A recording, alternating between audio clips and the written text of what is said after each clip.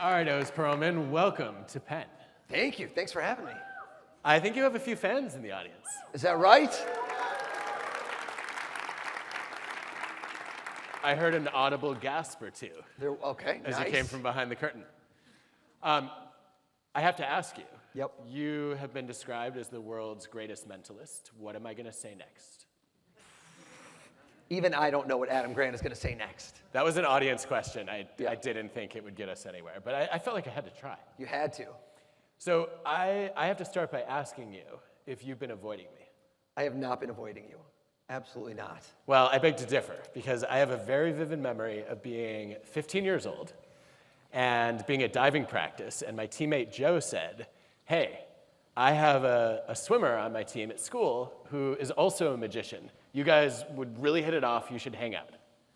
And it took us 26, 27 years after that to meet. I do not recall this. I remember Joe Lebovic. I'm calling him out. He did not tell me this. I would have definitely. He never told you? With a fellow magician. I even knew when you were on America's Got Talent that it was pronounced O's because I remembered Joe mentioning you when I was a teenager.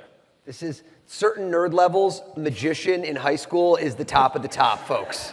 And if you want to take it to the next level, in a chapter of my book, I recount the fact that I had waterproof cards because I thought I was wasting time in the shower not practicing. So take that, wow, and I raise you Dungeons and Dragons level right there. That is a whole new level of dork. That is a whole new level. At least you weren't a mime, though. That I've never done miming. I was a clown once. I needed the money desperately, and those were dark times. Yeah, I'm not going to ask you any questions about that tonight. And the UPenn, I've got to give you the story, which is I was waitlisted for this school.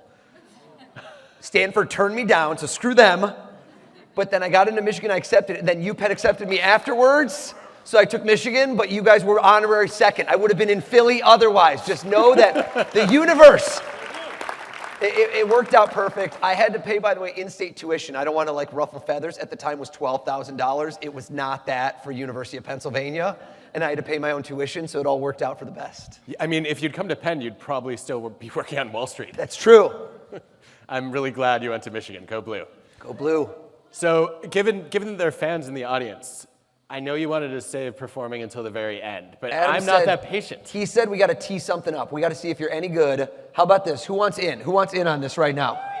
All right, let's give this a shot. You know what? Let's hit everybody, because typically what people will say is it's set up, right? Maybe I talked to the guy in the green sweater. Great color, by the way.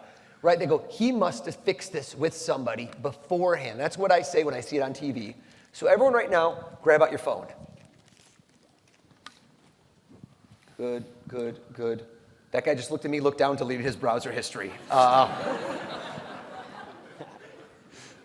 He's like, go incognito, go incognito. Everyone, go to your Notes app. On an iPhone, you just pull down, you search Notes. If you're on an Android, I have literally no idea. Your photo quality is better, but is it worth being the green bubble in a group chat? That's a tough one, guys. That's a real tough one. Everybody, are you in your Notes app? I want a fresh note. At the bottom somewhere, there's a little square with a little thing. I don't know how to describe this, but it should be a brand new note. Hold it up so we can all see. Wonderful. Look at that. All good phones. Your battery life is impeccable. You're charging as we speak. Here's what I want you all to do. I want you all to hold it close to your body. And I want you all to think of someone you trust. Now, that is a loaded statement. Who do you trust? Does it mean you trust with your life? Does it mean trust with your homework? Trust with study groups? Somebody you trust. I'm going to let you determine the ... Think of someone you trust, and I want you right now, hold it close to you. Make sure there's no cameras, nothing sneaky. I'm a skeptic. I'm saying someone's helping him somehow. Hold it close to you. Put in that person's first name, and then put it right against your chest. Good, good, good. I like how one woman just looked at me. She didn't type a name. She's like, I don't trust anyone. Now, this is where it gets fun. Now, look to your right, look to your left. Decide which of those two people you trust more. And we're going to play a little game. If you're on the aisle, sorry. We're going to play a little game called I'll Show You Mine If You Show Me Yours. Show the person next to you the name, whoever you want, show each other, and then bring it right back to your chest.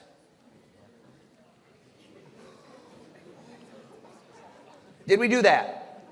Fantastic. Now, here's where this gets good. Crypto. If you lose the crypto, you need a key. The key is a series of words that nobody knows. If they know it, they can steal your Bitcoin. Why am I saying that? Some of you just got really nervous. I'm not stealing your Bitcoin. I want you right now to think of a word that pops in your head that whatever you could possibly do, you don't think I influenced you. Because later on, you're going to say, did I think of that word? Or did O's put that word in my head during all of this talking? Right? Is the word diver because you were imagining Adam in a Speedo? It got disturbing, everybody.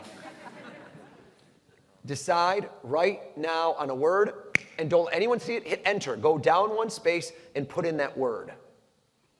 Did you do it?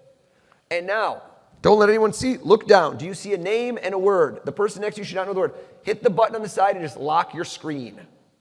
Turn your phones around. There should be nothing on them but cute photos of puppies. Man, this whole side has security guards on. Are you seeing that? They're like privacy screens. We forgot one thing in the back room. I knew I would forget something. There's that little black bag. There's a little Frisbee. We could either get the Frisbee. Ooh. Should we get the Frisbee? What do you think? I can get the Frisbee. Okay. If you want. Go, run back real quick. Grab the black bag. There's no trick. I'm just getting rid of Adam Grant for a few minutes. I'm kidding.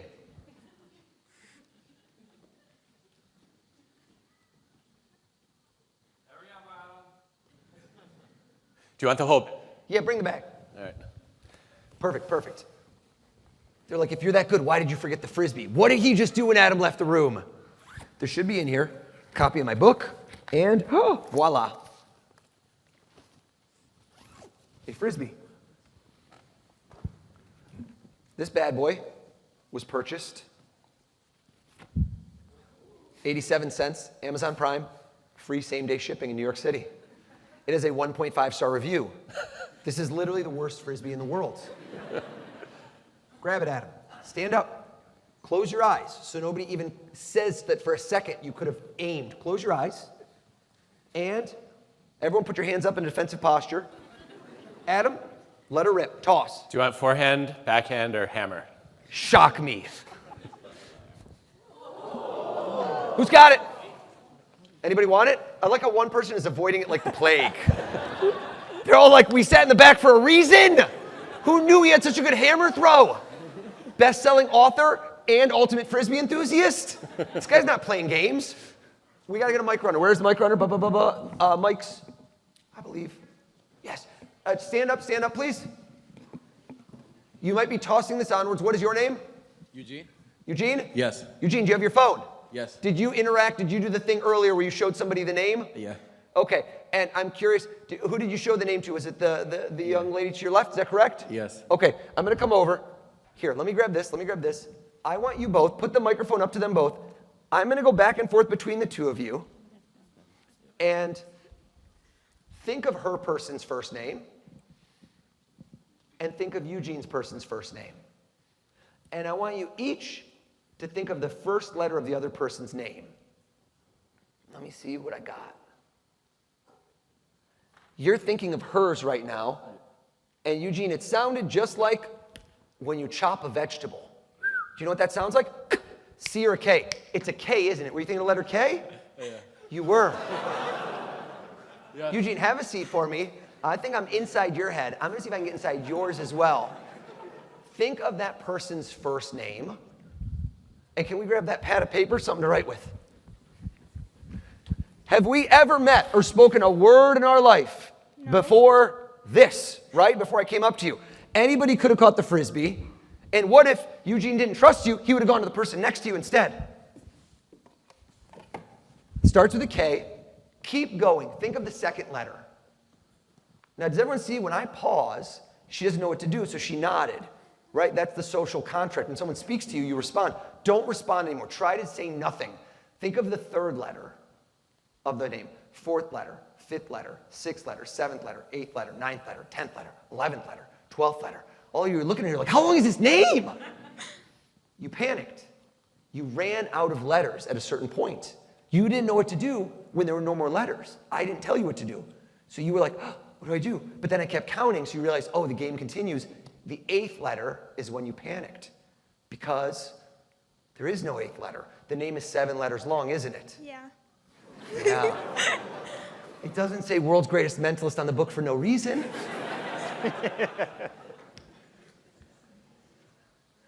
Her name is very unique. I don't think she did William. You know what I'm saying? This isn't Kenneth. This is a struggle. Close your eyes, please.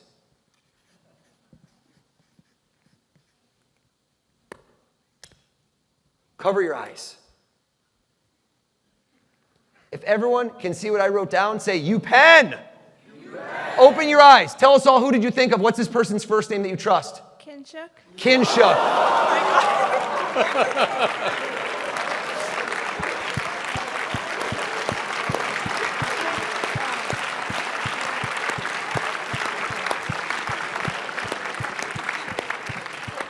Imagine if you got Kinshuk on the phone. We got to bring that microphone over so we can hear her. Yeah. Kinshuk's on the phone. Just like a Bitcoin crypto key, something you haven't told anybody. Nobody could know. And the question becomes, something popped in your head before, right? There's no reason. Was there a reason why this word popped in your head, or you just said it was random, spontaneous? It was random. Random, right? Yeah. So the question becomes, did the word originate in her mind or in mine? Because maybe this was meant to be. Maybe I knew it would go to Eugene. Maybe I knew he would hand it to you. And maybe right now the word in your head, sit down and from right, is panda, isn't it? Yeah, that's right.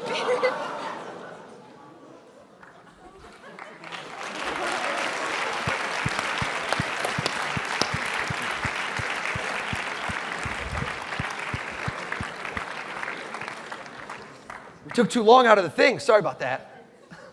Adam's like, let's not talk about the book. Just keep going.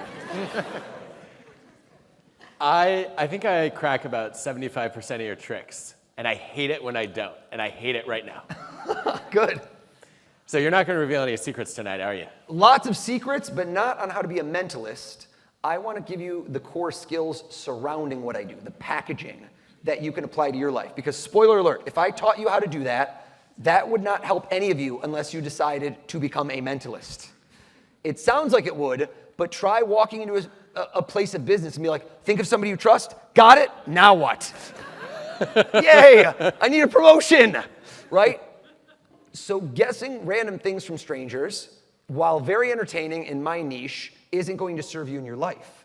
But there's a lot of skills surrounding what I do that I've distilled from about 3 decades of doing this that work in every facet of life. Because interacting with people is what defines your success. Nobody achieves success in a vacuum. So this is part of what we're going to talk about. First of all, you can't stand it when people call you a magician instead of a mentalist. That's not true at all. Really? So within the subset, I definitely am still a magician. I just don't perform magic very often. So I can still do magic. You give me a deck of cards right now, rock and roll. I can go strong. But what's unique is kind of like a plastic surgeon is still a doctor. They had to become a general physician. I could still do magic. I just don't do it very often anymore because Why? I'm not known for it. Mentalists get paid way more money. No, that is partially true. But no, it's much more unique, and it's much more of what I've perfected and honed over the last 10 years has been fully mentalism. So yeah, I think that magic, while I love it, creates a puzzle. And I'm not trying to create a puzzle that's trying to be figured out. I'm rather trying to show a skill that can be displayed, and that a lot of people give me the highest compliment ever. They'll say, I don't like magic, but man, I love what you do. And that's, you don't realize, kind of a backhanded compliment because mentalism is a subset of magic. But when you see a magician and there's tricks, right? There's card tricks, or there's a box and somebody puts swords in it. The question in the back of your head is always, if I had that box or if I had the deck of cards, could I do that trick too? And so where that separates with what I do is there is no thing to point at. I am the performance. So what you're seeing is a skill that I've learned and developed as opposed to a prop that is helping me. I do think there's one distinction that people often miss, which is I think that mentalism and stage illusions are similar in that once you know the secret, it's kind of a bummer. Whereas with some close-up magic, it gets even more impressive when it's revealed. I would argue that's partially true. Some of the stuff, when you figure out in mentalism how it works, you can't believe that somebody would actually have the audacity to try to do that. So it flips towards either ridiculously easy or ridiculously crazy, where people go, there's no way you're going to do that on live national TV. What if it goes wrong? And I go, let's go. You know, that's truly been a secret to my success is the fact that I'm willing to take bigger swings than almost anybody else in my field, and so you get bigger rewards. How did you build the courage to take those risks? So I think over time, I've just realized that if I plan very effectively and learn how to, plan for failure, exactly what you would think, troubleshoots. When I go into something now, I've tried to map out and model what happens if this goes wrong, what happens if this goes wrong, what happens if this goes wrong. And also a big part of it is realizing over time that I am in control of where the camera is pointed. Think of this like a movie and a director. In a movie, you only get to see the final cut. You don't get to see the other 3 or 4 endings that the director could have made. So when you see the movie, you only get one portrayal of it. Now, how does that apply to what I do? You think that you know exactly how that happened, and that was amazing. What if I told you that trick went completely wrong?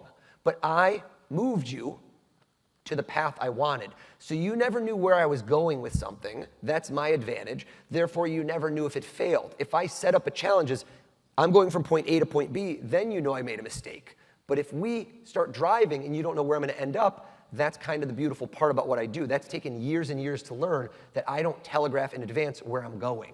How many backup plans do you have for a typical trick? Countless. And that's just from decades of experience. Okay, so I think most people would look at you and say, like, being a mentalist is part of a genre of entertainment, but Sure. You don't see entertaining as your primary goal. I don't see entertaining as my primary goal at all, because pure entertainment is like watching a movie at a theater where you eat popcorn. How many people have seen this movie, had this experience? You've seen a movie, even though who goes to theaters anymore? You leave the movie theater, and 10 minutes later, someone's like, so what happened in the movie? And you're like, I don't know. How many have had that experience?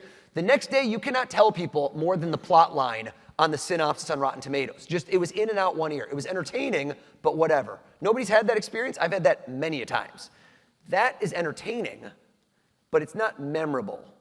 And so I define what I do over years and years of understanding is I create memorable moments. What are memorable moments? Now, being amazed is one thing, but I want to create a moment that for both of them, they will talk about later.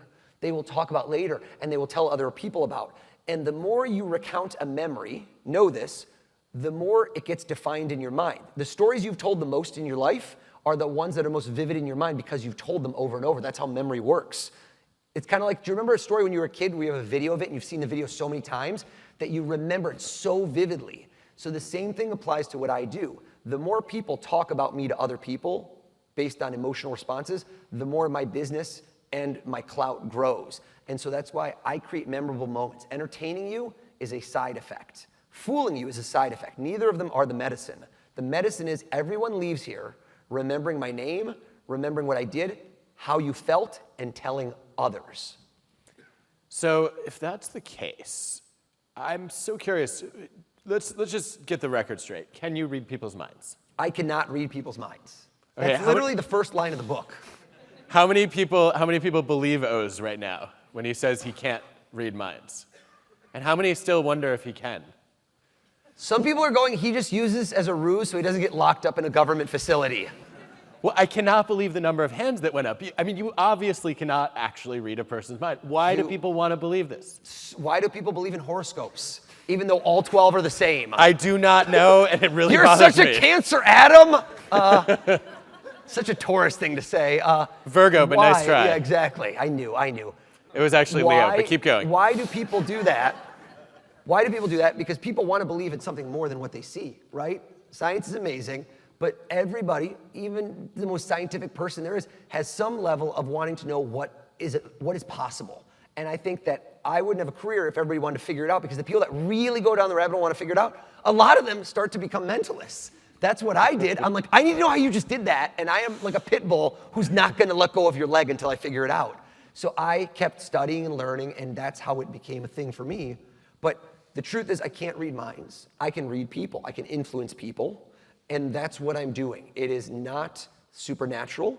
There is nothing psychic about what I do. I have a very strong intuition. I would describe that as very different than being psychic, because I've honed it. Because if you had been in front of people tens of thousands of times and had them pick a number 1 to 100, you have such a data set that I can tell what people will do in many instances before they even know. And that's because I've done it so much. That's, ask ChatGPT a question. It's got the sum total of human knowledge. I don't have that, but ChatGPT hasn't come for my job yet. I hope it never does. Okay, how many people believe O's now that he can't read minds? And how many people still are convinced that he can? You embarrassed them into submission, but some of them like, still, I love you, O's. Yeah. I mean, I can, look, I've spent enough time studying magic. I can make a list of 5 or 6 ways that you could have done what you just did. But I don't know which one, and I can't fill in all the details. Right. But I know there's one. There's got to be a way. I hope the rest of you will come around, because otherwise, I have some questions about the critical thinking of our audience tonight. But talk to me a little bit about how you go about planning a trick and creating memorable moments, because I think that's one of the real generalizable lessons is mentalism has been around for many decades. I think our parents remember Uri Geller in the 70s. Sure. Tricking people into believing that he could read minds. Right, and bend spoons and bend metal and stop clocks everywhere, sure. Your performance art is completely different than what we're used to seeing from mentalists. So how did you build it? What are the key ingredients in a memorable moment?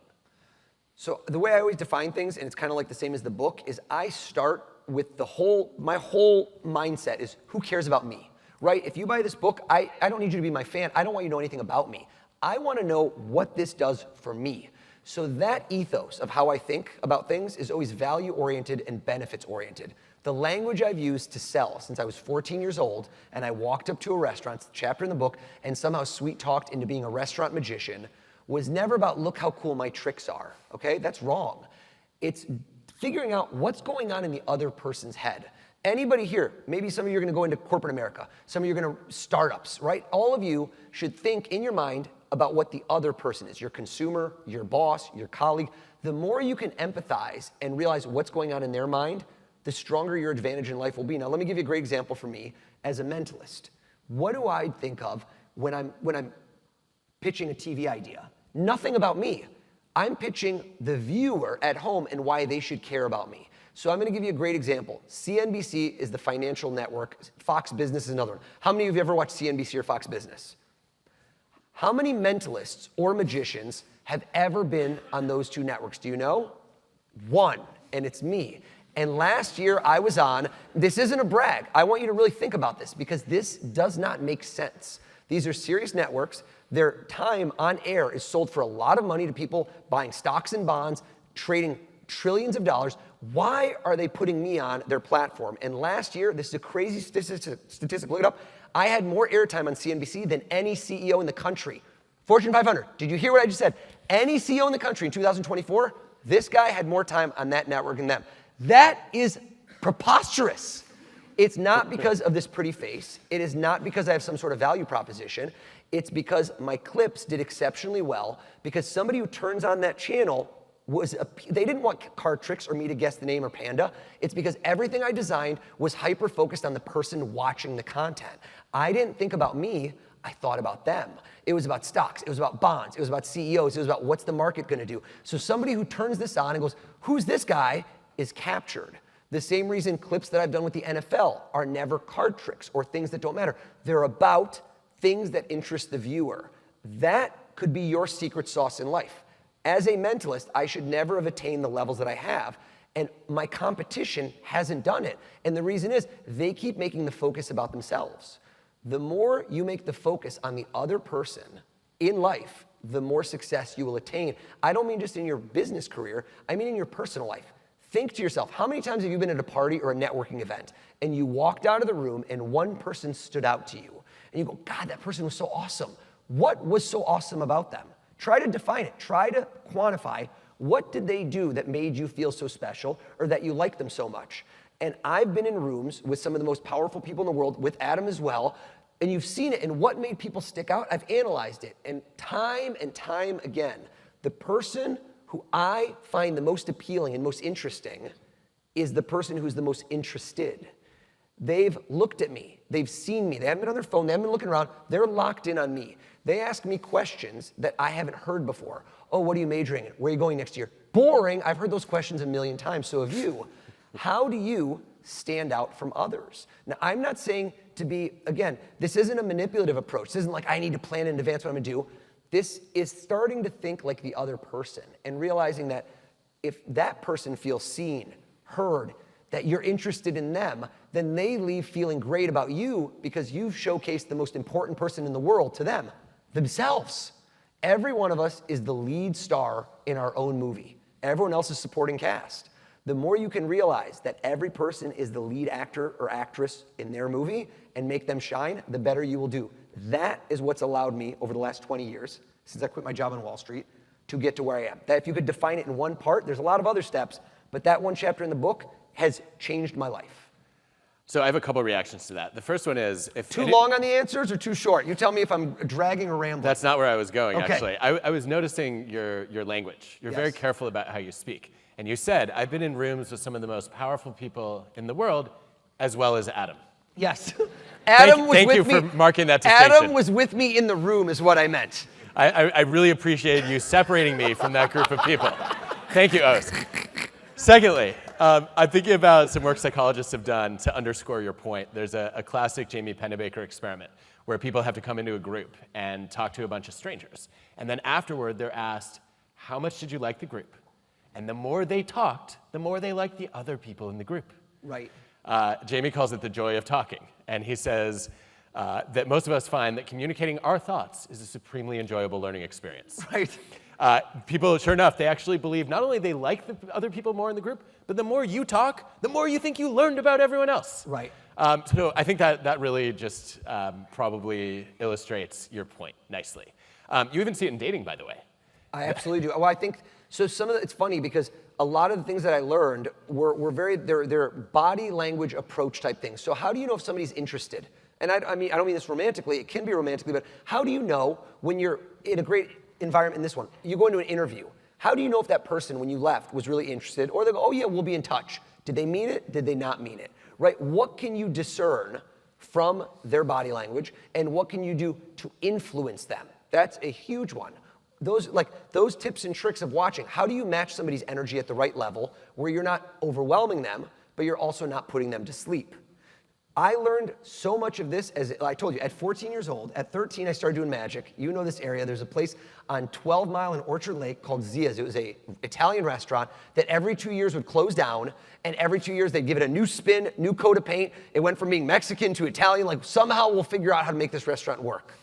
I needed to make money. My parents had gotten divorced. Won't give you the whole sob story. It was pretty messy. And so my mom was like, I don't have any money. You can't buy any more magic tricks. It's like $40 for every trick deck of cards. You need to go work. So I walked up to this restaurant, ignorance is bliss, and somehow talked my way into being a restaurant magician once a week for 3 hours.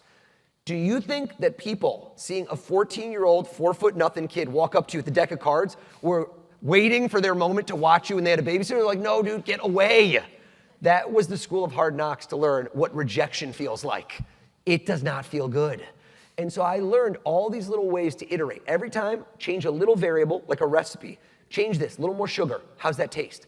A little more salt, how's that taste?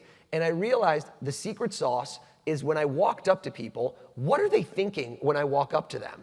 Ask yourself, what does someone think about you when they meet you?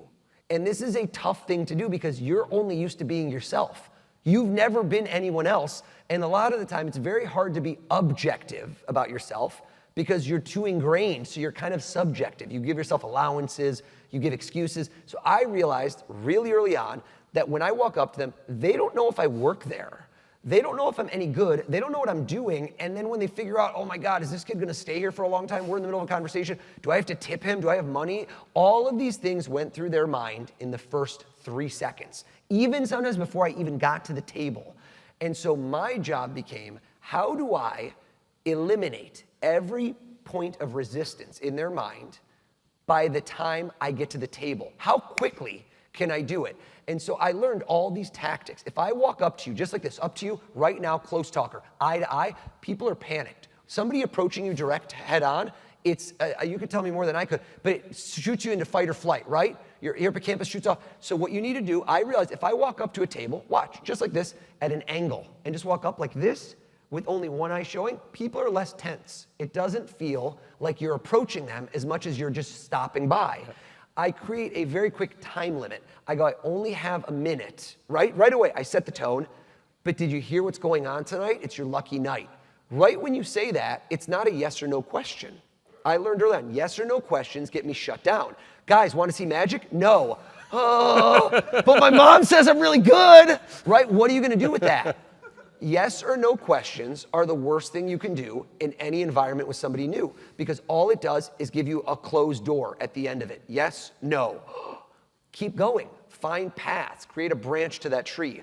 Next, I would say, as soon as I go, lucky night, right? I've piqued your curiosity. I realized that I want to establish social credibility. So I would say, the owner brought me in as a special treat for you tonight, and I'm showing you the most amazing thing you've ever seen. Right away, the owner brought me in as a special treat. I'm here because somebody of a high level brought me in as a special treat. You're not worried about giving me money anymore. Now, this is a hyper-specific example to when I was in a restaurant, but you can approach the same methodology as what I just said with parts of your life. Where is it that you're going to meet people? Where is it that you're going to be with people you've already been with before? It's not always for meeting somebody new. Some of us don't meet new people every day in life. But that's the kind of way to think about stuff where I analyze the pain points and I try to put myself in the other person's shoes. Do you have trouble falling asleep at night? I would say yes, but that's because I have a 6-month-old and my brain is racing. But I actually do have trouble falling asleep lately. Yeah, too much going on. So one of the things I'm struck by is actually this is a form of mind reading, right? Because you're anticipating what other people are thinking and feeling, and then you're disarming that. It's called channel your inner mentalist. I'm not teaching you to be a mentalist, but the same skills really do apply. Like, I want to be clear. I did not need to write the book. There was nothing about it. Life was going great for me, swimmingly. But I just had all these things that people around me said, you do this so well, you do this so well. People would like to learn this. And I didn't believe them for a long time. I go, really? Because a mentalist? But truly, the skills surrounding what I do are more important than the tricks. There's other people that can do the same tricks as me. Truly. There's other people that can do it. But think to yourself, what's the difference between amazing and memorable? And everybody in here should try to find what can you do to be memorable. So when you leave a room, wherever you are, you're the person people talk about later. I really like your specific identifying the hesitation people have and then maybe even calling it out. Right. You go into a job interview and somebody asks, what's your greatest weakness? The easiest thing to do in that moment is say, I bet you've had a lot of people give you fake weaknesses. Yep. And exactly. say, like Michael Scott, yeah, I have weaknesses. I work too hard and I care too much. I'm not going to do that. Let me tell you about a real weakness that I struggled a lot with, and here's what I'm doing to overcome it. So easy. I mean, that's exactly the kind of thing that you did as a 14-year-old, right? Like, you probably hate magic. Absolutely. Vulnerability, honesty, and also thinking of shifting people out of autopilot. So I like to use that example a lot, which is, what is autopilot? I'm going to give you just a great example. You get into an elevator. I live in New York City. And you get in an elevator with 2 other people. You don't talk to each other. You're looking away. You're looking at your phone. Anything to not have eye contact for those 20 seconds, right? But what if that elevator gets stuck? And then everyone pushes the button, and then you're stuck in the elevator 45 seconds. Suddenly, you will talk to those other people. You might become besties, right? Oh man, we got through it together, right? There's somehow a change in the environment that creates this moment where all of you are no longer that person you were a moment ago, even though you're the same people. What creates that where suddenly you act differently? You're not your autopilot self. Ask yourself, what can you do to make the elevator get stuck? When you're with someone else, how do you make them suddenly connect with you in a way that they don't normally? And for me, you're in an environment where you're feeling nervous. What do? Tell someone. Be like, I'm so nervous right now, man. Are you too? And you opening up to somebody with a smile and allowing them to see that you're a person just like they are. I've had environments like that where that's really just taken somebody and they've identified with me and it's just broken down their walls. Because you don't know what to say. That's great. You know what? Lean into that. I think that that is something you can do, like you just said, that right away shows that you're a real person and allows people to open up to you. Did you know there are 2 people who came here together who met when an elevator got stuck? No, that's it. I see them right there. Kinshuk knows one of them. Is that right? Yes. That's a callback. You have to have a good memory to know why that joke was funny. Talk to us about overcoming your fear of rejection.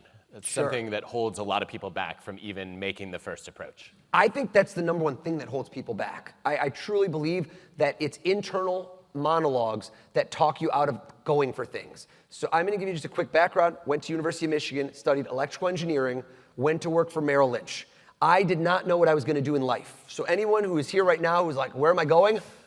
If you told me I was going to be a mentalist 25 years ago, I don't think I would have agreed with you. So I First generation immigrant. I moved to the States when I was 3. My whole ethos for my family was, you go to school, you get good grades, you get a job, and that's like how it works. I never thought I was going to be in show business. That did not seem like an attainable goal. That wasn't even something I mapped out.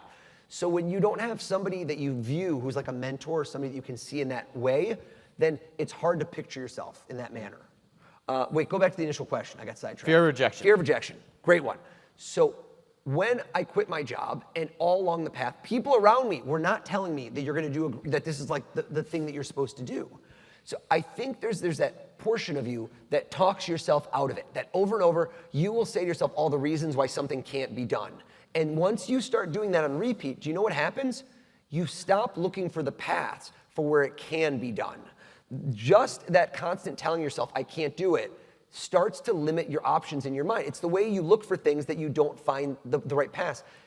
I learned this early on at the restaurants because it hurts so bad if you went to 1, 2, 3, 4 tables in a row that turned you down or were rude to you, that it just hurt. It hurts. Like asking somebody out on a date and they're like, nah, I don't think so. You're like, oh, because you know who's taking that hit? You are. And you're one person and your psyche is right here. You're the bullseye. Let me explain to you. What I did around the age of 14 or 15 is I created almost like a split personality, for lack of a better term. Have a psychiatrist explain this. But I started getting really mad at the next table. I would take my anger out at them because those guys are such dicks. Like, you know what? Screw you guys too. Like, I was being nasty to other people because I felt so angry from before. And I realized I'm not going to be able to do this. And I'm not going to be able to get more money to buy more magic tricks. So I was very like incentive driven. So I'm like, I gotta get over this. So I started to create this excuse in my mind where I blame shifted. And this is truly a rewiring of your brain where I started saying if they were nasty to me, I go, I bet their kid was sick. Or I bet they had a fight right before I came to the table. I started making it not about me. And that's something that's a power in life where the more you think, oh, they're ghosting me, they're really busy right now. I don't even think they're thinking about you. It's nothing as a knock to you. They're just busy right now. That's not me. And so I started to create this thing in my mind where I took the blame onto someone else. So if they didn't like me, I said, they don't know O's Pearlman. That's O's the magician. They didn't like O's the magician's tricks. Not my bad. So I didn't internalize the hit. I didn't feel the rejection the same way. Think of it this way. This is a great visual metaphor. Imagine you have a big bowl of water, right? And I pour salt water in there. Good luck making that water not salty. Good luck. Impossible. But what if you put a plexiglass in the middle, virtually invisible, and you pour all the salt on one side? Now, this side is salty, but this side is fresh water. I created this moment where if you can do this in your mind, start to rewire the way you think about things. Don't think of why you were mistaken in this situation. Learn from your mistakes, don't get me wrong, but try to find a reason for why it wasn't about you, right? It was about them, because so many of us always think that something's going on. How many times have you not gotten a call back or something like that? It drives you crazy, you start hating that person. I don't know what environment it is. I do that all the time. There's media things I've wanted to do for years, to get on certain shows. And for years, I'm like, why aren't they calling back? Instead of thinking of it as a no, because people are on me like, let go of it, I would think of it as a not yet. Not yet. So again, if you start internalizing a no, I'm not going to get that job with Google. No, I'm not yet. Not yet. Keep taking strides. Maybe it's not meant to be now. My whole life changed when I was on America's Got Talent 10 years ago. Did I get on that show the first try? 3 tries. The third time I tried out, I got 3rd place on the show. Other people have said to me, oh, that show changed your life. You're so lucky. I go, how many times have you tried out? They go, well, I haven't. I go, so what are you talking about? And they go, I tried out. I go, good. I tried out 3 times before I got on. Again, think in your mind, not no, not yet. Rewire the way you think about it. That was, those examples are a masterclass in making situational as opposed to dispositional attributions, in cognitive reappraisal, in self-distancing, all the emotion regulation techniques that we teach in psychology. You applied them without having the names for them. You used much better terminology than I did. I don't know that it's as memorable, but I think one of the things I take away from listening to you narrate that is to say, okay, so even if they rejected you, they're not rejecting all of you. They're rejecting it's a snapshot of you. Of course, that's right? it. It's like if it's the equivalent of if you took a selfie and somebody thought you were ugly. You don't internalize that, right? You're like, oh, bad angle, bad lighting. And then if they rejected 4 selfies, now you have a problem. Yeah. But I think you're like filter. Yeah, but I think the way that you separated your identity, your self-image, from their reactions to just this little interaction or this little performance is such a critical skill for building resilience. Absolutely, absolutely, and you have to find a way to do it because for me, it was a survival tactic because I didn't want this to end, and I was finding myself just so hurt that you have to find a way around it, and I think that it built up a very high pain tolerance. So I'll give you just another example that it's a little off the beaten path, but I am a huge procrastinator. You get my wife up here, most people say to me, how can that be? You're doing so much. Yeah, but I do the things I like to do, and I avoid the things I hate doing. A great example that I put in the book, I don't like conflict. If I have to have a tough call with somebody that, for example, is going to lead to strife, like a family member or somebody that I work with or that works for me, and it's gonna go poorly, I will put that off. I will take in my Google Calendar and I move it to tomorrow. Then I move it 2 days later. Then I'm like, sound familiar? Let's go to next week. We're all good here. I will keep pushing off the things I hate doing. And that has led to my detriment because I'll focus more on my strengths than my weaknesses. So over time, I've realized that's holding me down. That's an anchor on me. So I figured I have to find a way around this. And so I learned this tactic because I want actionable takeaways. I don't want pie in the sky stuff, a book where I read it, I'm like, so what? What can I do today that I'm gonna keep doing in 10 years? That's what I want, simple tactics. So here's what I do. I swear to God, this is exactly what I do. I don't do it as often now because I've learned to internalize it. I will put an alarm on my phone for 24 hours from now. Not like I'm serious. I go 24 hours from this moment, and in the alarm, I write the question, how do you feel about X, 1 to 10? And I write that in the alarm, and I put it on. And now I force myself. I dial the number, I hit call. I'm like, oh, I don't want to do this, I don't want to do this. I call, I put it to my ear. I force myself at that moment to do what I wasn't going to want to do. Send the email, make the call. I take care of business. I do the thing I didn't like. And right before I do it, I ask myself, what was the number I felt? And it's usually like, oh God, 7, 8, or 9, dread, anxiety. This is, I don't want to do this, I don't want to do this, I don't want to do this. I do it. The next day when the alarm goes off, 9 out of 10, I don't even remember that the alarm was set. Do you understand what I mean? That anxiety, that panic, everything I felt. And now when I look at it, I go, I'm a 2. So what happened? Nothing. Time lapsed. Time lapsed. Your brain didn't change, nothing changed. Your perception of time is all that occurred. So if you could find a way to fast forward your feelings and feel the way you're going to in 24 hours, now you don't dread it anymore. And that is a trick. The same way I play tricks on your mind, that is a way you can trick your mind. And once you've done that 2 or 3 times with the alarm, you will realize it's not real. The anxiety and the dread is not real. It's the same way that my kids, they're gonna touch the stove eventually, and I gotta let it happen. They burn their finger, hopefully not too much. I don't want social services getting called.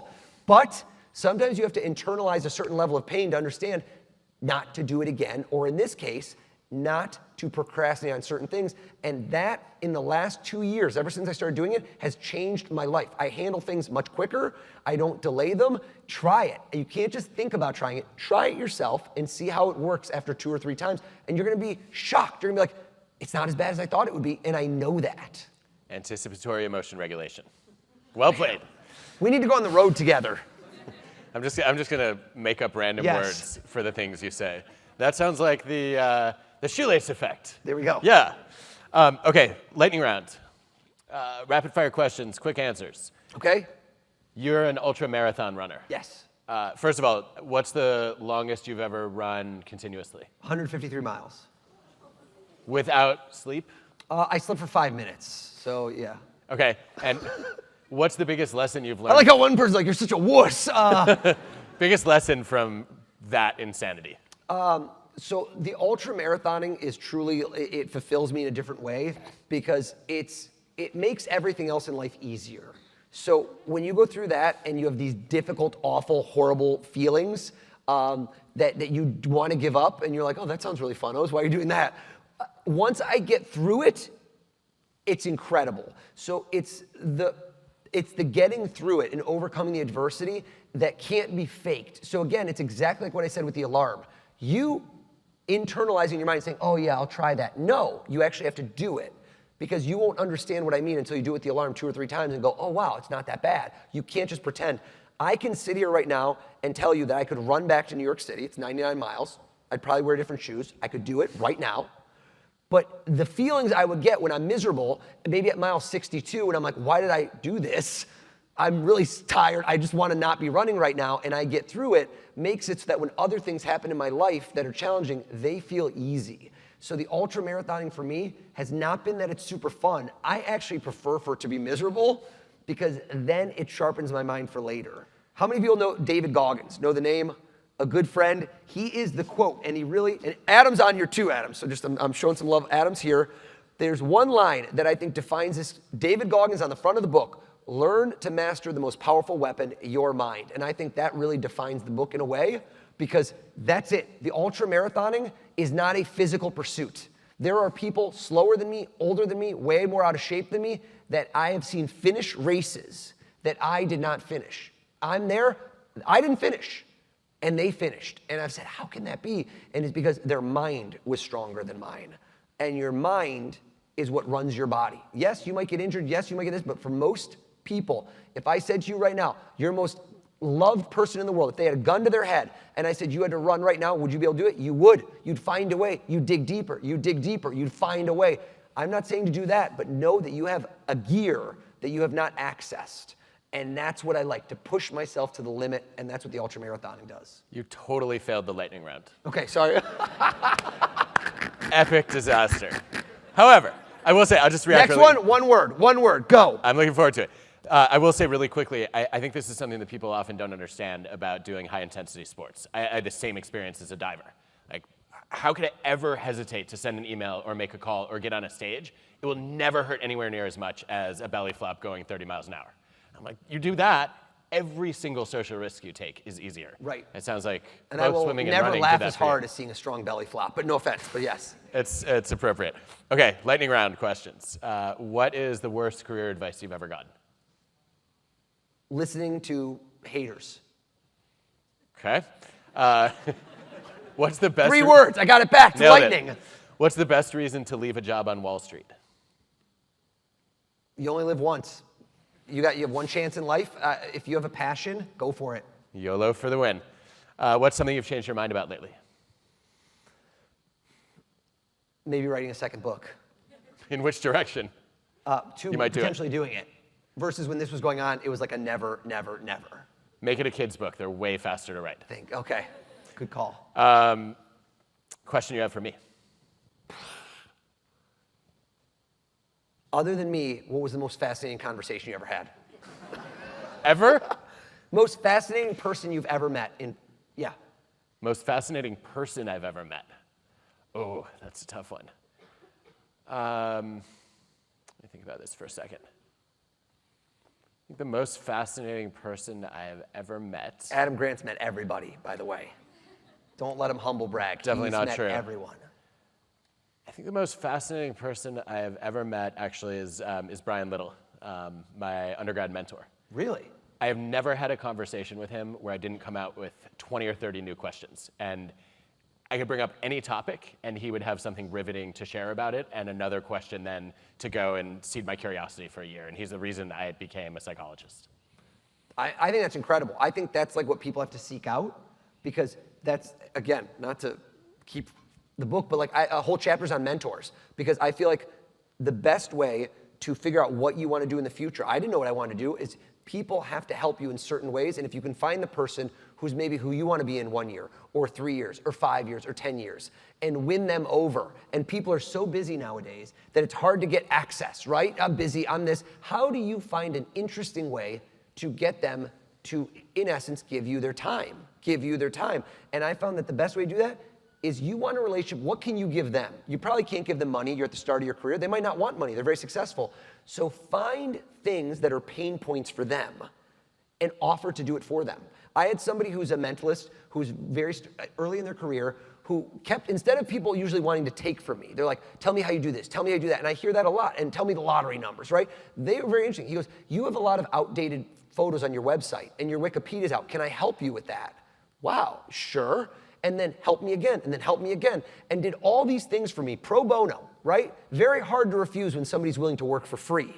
And if they do the things you don't like doing, remember that forever. When I would go to restaurants, I would offer to work for free the first night. Very hard to turn that down. And then, do you know what happened at a certain point? There was an inflection where all I want to do is find ways to help that person back because they've done so much for me that I go, what can I do for you? And I think that's something to really think about in your futures because some of you are going to go into the job market. What are you going to do? Find those people that will become your champions. And a lot of the time, it's not by doing the same thing everybody else does. Oh, I want an internship. I want this. Find some way to help them that no one else has offered. And I think that's like what your Brian Little did for you, even though it seems like a back and forth. There is an incredible book called Give and Take, which I wrote, which is in strong agreement with your thesis. Okay, back to the lightning round. Actually, let me ask you this. If people have consumed all of your content. Yep. And they're looking God help you, it's a lot. But they're looking for further memorable experiences. Who's your favorite magician? Magician or mentalist? I'm asking magician, because you can't have a favorite mentalist. No, I definitely do. Okay, give us both. Hold on, my favorite magician. Oh, that's such a tough question. Because that's like, now you're getting to, it's like your favorite song, like what genre, this is where we get super in the weeds. Most memorable magician. So the person who had, I would say, the greatest impact on me as a teenager and growing up was David Blaine. Because David Blaine created spectacles that would capture the public imagination. And use camera tricks, not okay. What's that? Camera tricks, not okay. Oh, are you referencing Chris Angel or? No, the levitation that's this I high don't and mind. they show it this high. I learned valuable lessons across the board, which is play to the medium. So I've always learned that, again, play to the medium. In my case, I can do things live and I can do things on TV and they're different and I should try to maximize wherever I am. Use every tactical advantage you ever can. A lot of my competitors and people in this space, when they go on TV, they just do the same things they do live. And that's why they hit a certain ceiling. They don't think bigger. And so when I'm on TV, I know I can do things that are much more grandiose in scale and that I can play to the medium. So again, in life, stack the deck in your favor. There's a negative connotation to stacking the deck, but if you can stack it, stack the deck in your favor. Set up as many things as you can to achieve your success that are legal. Bomb the lightning round again. Yeah. So are you going to give us favorite mentalist too? Just favorite mentalist got to be Darren Brown. Yeah, that's an easy one. Darren Brown is a UK-based guy who's kind of the OG. There's people back in the day, but I never really consumed as much mentalism as magic because I wanted to carve my own path. So anyway, I won't go lightning round, but I like to be, you watch too many other comedians, you start doing their comedy. I want to be my own person. Darren Brown was my favorite until you. So, Hey. Okay, there are a couple of audience Clipping questions. that and sending it to Darren. Feel free. Audience questions that we haven't covered yet. One person wants to know, what's my ATM PIN code? Okay. Not going to happen. Where are you? Another wants to know, what's the hardest part of your craft? The hardest part of my craft? So, is this lightning round or Yes, like three lightning. words? Yeah. Being okay with tremendous risk. What about when all your backup plans fail? Like when you have a bunch of plans and none of it worked, what do you do then? Get more time, if possible. So you'll do a follow-up trick, maybe? If there's time. So it's like a plane landing on a runway. As long as there's more runway, right? Burn rate on a startup. Just give me some more of that money, Series B, baby. So I can try to get out of it. So when time is of the essence and time is cut, like a live TV appearance, you run up against a wall and then you're in trouble. So time is what I try to buy more of. Who's your favorite football team or program you've performed for? Someone was like, Eagles! That is tough, and if I say this, I'm gonna get roasted because there's been a lot. Like I really like the Rams this year. Sean McVay is my boy. I loved him. I gotta say, me and Josh Allen just hit it off. We got a Bills fan in the front row. So like the Bills were just, what's your name?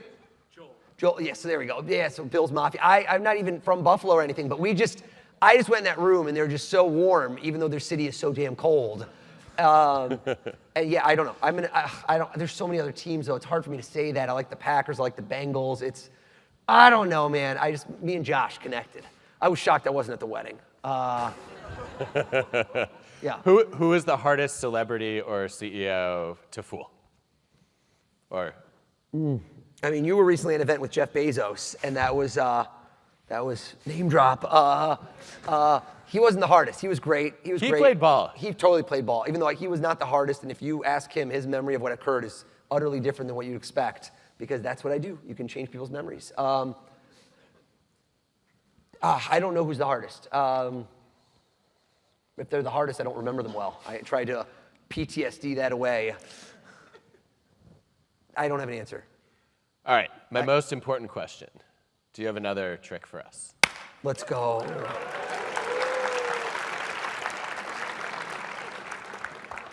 Okay, let's go through this.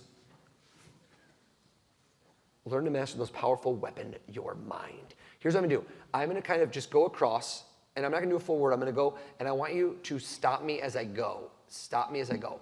Who, me? Like, I'm gonna go through, and we're not picking a word because I know all the words in my book, but as I go, just say stop. I'm gonna close my eyes. No, look. You can make a concept. All right. There's literally 3 words to pick from. It's not that. Rather than me, like, pick Joel, because from the Bills, as I go, say stop. Stop. Okay, I'm looking, and I am either on the F or the U. I'm willing to do both, but I need this to be spontaneous. Raise your hand if your first name starts with an F. I have to comment. One guy raised his hand, then when I looked at him, he put it down. Did you see that? He's like, I just really want to be in the show. Okay, I could do you. I'm just thinking if there's less use. Raise your hand up one more time if your name starts with the letter F. F. What is, right over here, what is your first name? Franz. How do you spell it? F-R-A-N-Z. Oh, Zed. Look at that. I like that. Very, very international. Are you Canadian? German. Okay. Stand up for me. Have we ever spoken a word in our life? Not yet. Did you see that? Bam! Bam! Oh. The student has become the teacher. Never spoken a word in our life. I want to make sure. Is that 100% true? Okay. Yes. What's your first name? Fahim, stand up for me as well. And then I'm going to go one more person. Let's give this a shot. Now, I want to define this when I say memorable. Now, earlier I had everyone think of somebody they trust. But what if I do something, right? You said ATM PIN code. What if somebody asks you a question, they go, what's the name of my 3rd grade teacher? Something crazy. Fahim, if I guess something amazing about you, and you didn't tell anyone about it, I have failed utterly. Does everybody understand? If he goes home and never tells a soul, then I've effectively failed. Even if I got it right, I messed up because I want him to take this and spread the word to everybody. So if I ask everybody in this room who you would call, right? Or who you would text after this and tell them, oh, you're not going to believe what he did. Can you, right now, did someone pop into your head? Did someone pop in your head? He's debating 2 people. Do you see that? That was a liar. He's like, when he said to me, shift yet. Fahim, you know exactly who you would call or text. Is that correct? Imagine this person calls you right now and you get them on the phone. Can you picture it? Grab your phone, pretend. No, you could go method acting, just pretend. Yeah. And hold it up to, it was a text, not a call. Okay. Let's see how we do here. What's your first name? Alan. Solid beard, Alan. I like this guy.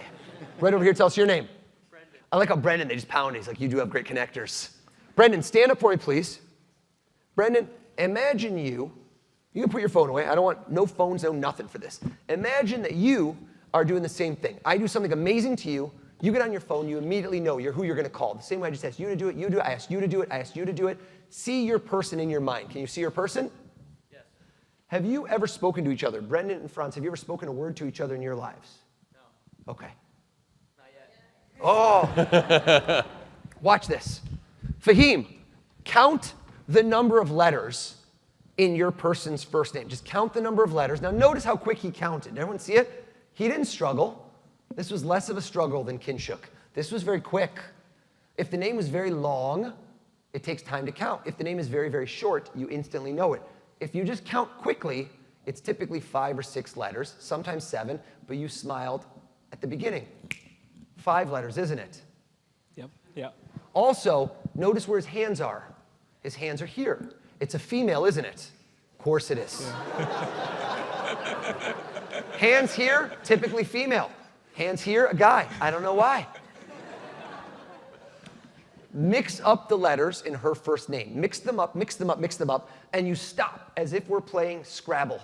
And you reach up and you don't know why, and you just grab one letter out. And you have this one letter just in your mind. You have it? Yes. He didn't want to do a vowel. You didn't do a vowel, did you?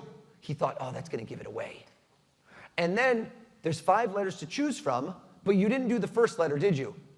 Because he thought that would give away, but also because of the way I phrased it. I said, reach up and grab one in.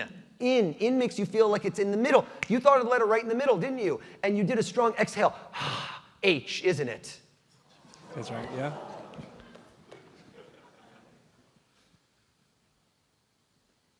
when I asked you to do this, he was debating two people. I could see it in your eyes. You knew instantly. Were you debating people, Fahim, or you just went with her? I just went with her.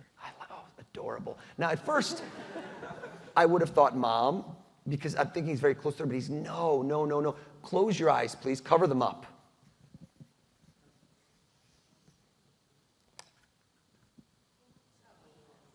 Fahim, we do not know each other. There's hundreds of people that came into this room. Open your eyes. What is this person to you? How do you know them? What are they to you? She's my fiance. Congratulations. What's her name? Sahar. Sahar.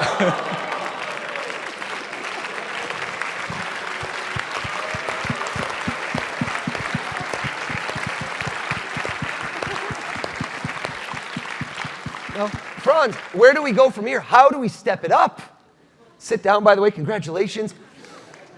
Right, how do we step this up? Well, the book is not about me. Make it about them, right? That's the secret to success. So you're going to go ahead and read Brendan's mind.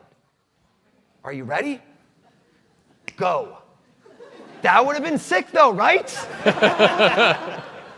Franz, like, it's the best book ever. I didn't even read it, and I could read your mind. Come on over. Give him a hand for helping me out. Give him a hand for helping me out.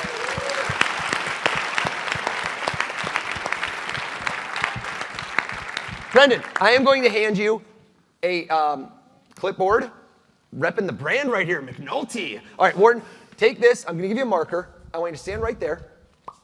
Hold this right there. Hold this right there. Franz, I'm going to get you a little closer to me. If you can, let's get you right here. It's okay with the mic. We're going to leave right here. I want you to give me your best mind-reading pose. Okay. That's kind of a strange way to do it, but okay. This dude's more like pretending to wear a visor. Like this. Yeah, that's good. Yeah. Okay, that's the German way they read minds. Franz, I want you to imagine you thought of one person. Is that right? And notice his hands were at the sides. It's a guy, isn't it? Yes, of course, sir. We already caught that from Fahim over there with the girl. I want you to imagine that this young man has a journal. No one keeps journals anymore. He has a journal. And we flip through the pages, and we stop on one page, and I rip that page out, and I hold the piece of paper up here. I hold it up here. Is there actually a piece of paper in my hand? No. Is there a piece? There's nothing, right? In a moment, I'm going to snap my fingers, and Franz is going to swear that the piece of paper materialized, that he's looking at it, and he sees clear as day the name right there of the person you're thinking of. Now, for this to work, I want you to look at me, and I want you to believe this. Give me your best mind-reading pose again. Go with this one now. Okay, that's weird, but okay, yes. This guy's just going from unique to more unique. Come a little closer to me. I rip the piece of paper out. I hold it right here. You're not believing anything I say. I let it drop. It floats down like a feather. I snap my fingers. Look at me. That's when I hypnotize you. And I want you to write down the person you thought. Bring it closer to your eye. Tip it up, tip it up. No. Up, vertical, so there's no way we can see what you're writing. Cover your eyes for me, Franz, please. Cover your eyes. When you're done writing the name, bring it close to your body, nice and tight. Pencils down, Scantrons down. Joke should have done better in an educational institution. Open your eyes, Franz. If he's even close, I want pandemonium. Okay? I don't want this lukewarm energy I've been getting so far. If there is still, if lightning strikes at the Harrison Auditorium, Harris, there better not be one butt still in a seat. So you don't look into Brendan's eyes. You look into his eyes and see the reflection of the person sitting across from him and tell him, what is the person's name that he's going to call if you do this right? Say it. What's their name? Is it Declan? Turn around. Show everyone. Show everyone. Show everyone.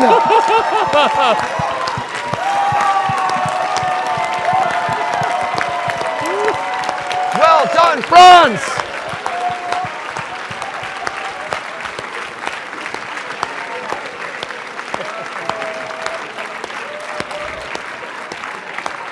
I'll grab the marker and the pad.